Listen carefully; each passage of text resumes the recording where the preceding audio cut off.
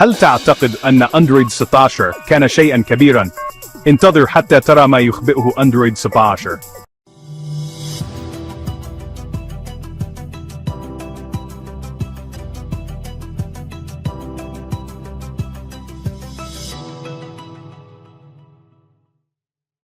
من المقرر أن يطلق أندرويد 16 أولى معايناته للمطورين في نوفمبر 2025 مع إصدار ضخم لحزمة تطوير البرامج المتوقع بحلول منتصف عام 2026.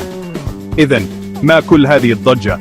دعنا نفصل الميزات. أولاً، وضع سطح المكتب يحصل على ترقية ضخمة، تخيل نوافذ عائمة متعددة وشريط مهام حقيقي، والقدرة على تحريك التطبيقات وتثبيتها بحرية، تماماً كما هو الحال على الكمبيوتر الشخصي.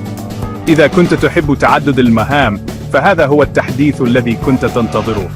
بعد ذلك، الرسومات. سيجعل أندرويد 17 من فولكن واجهة برمجة تطبيقات الرسومات الرسمية، وستحتاج الهواتف الجديدة إلى استخدام أنجل لمعظم التطبيقات.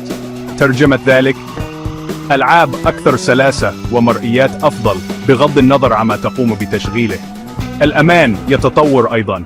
حماية إعادة الضبط المصنع ستصبح أكثر صرامة إذا تم مسح هاتفك بدون موافقتك، فسيكون مقفلاً بإحكام. وتنبيه كبير لمطوري التطبيقات: تغيير حجم النافذة الذي تم تقديمه في أندرويد 16 سيصبح إلزامياً في 17، مما يدفع الجميع لدعم الشاشات الأكبر والتخطيطات المرنة.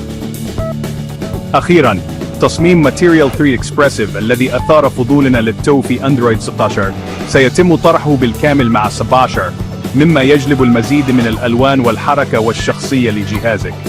أندرويد 16 ليس مجرد التحديث، إنه قفزة. ترقبوا معاينة المطورين في نوفمبر، لأن مستقبل أندرويد يبدو جريئا.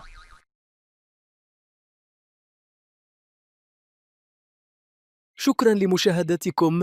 إن أعجبك الفيديو لا تنسى الضغط على زر إعجاب، وأرجو التفضل بأي طلب في مكان التعليقات، وأعطنا رأيك حتى نتحسن للأفضل، وفعل الجرس ليصلك إشعار بكل فيديو جديد. يشرفني انضمامكم لأسرة تعلم الحلول بتقنية، وذلك بالضغط على زر الاشتراك، فمعظم المشاهدين في قناتي هم غير مشتركين.